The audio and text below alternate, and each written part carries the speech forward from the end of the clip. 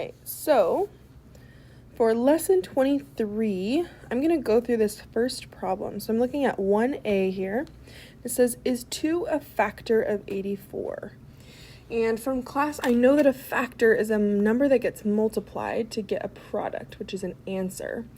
So I'm trying to find out, what can I multiply by 2 to get 84? Now, if I can multiply something by 2 to get 84, that means that 2 is a factor of 84. Okay, so let's try using division.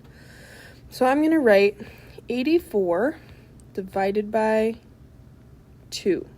And I'm going to write my steps over here. Divide, multiply, and subtract. Bring it on down. So I know that 8 divided by 2, I know that 2 goes into 8 4 times. So 8 divided by 2 is 4. So that's my divide. My multiply, 2 times 4 is 8. I'm going to subtract. 8 minus 8 is 0. And then I'm going to bring down this 4 and bring it on back. Now I know that 4 divided by 2 is 2. 2 times 2 is 4. I'm going to subtract 4 minus 4, which is 0. And I have nothing left. So I know that 84 divided by 2 is 42, meaning that 2 is a factor. 2 is a factor of 84. This part's important because 2 times 42 equals 84. Okay, so moving on to number 2, let's talk about the associative property. Now we're going to get into associative property tomorrow, but in order to help you do a couple problems, associative property is breaking something down to find factors. So I'm looking at 2A here, and I see that we're trying to find more factors of 24 and 36. So what they've given us is 2. So we know that 2 and 12 are both factors of 24, right?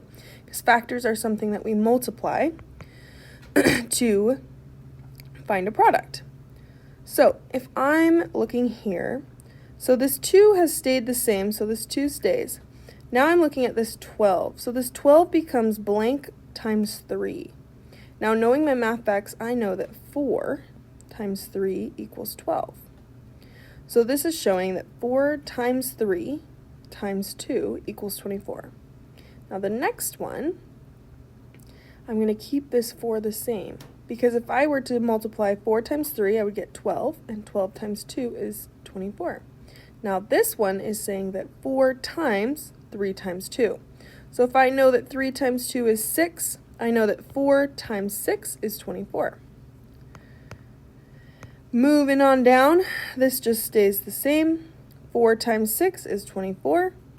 We're still going to get 24.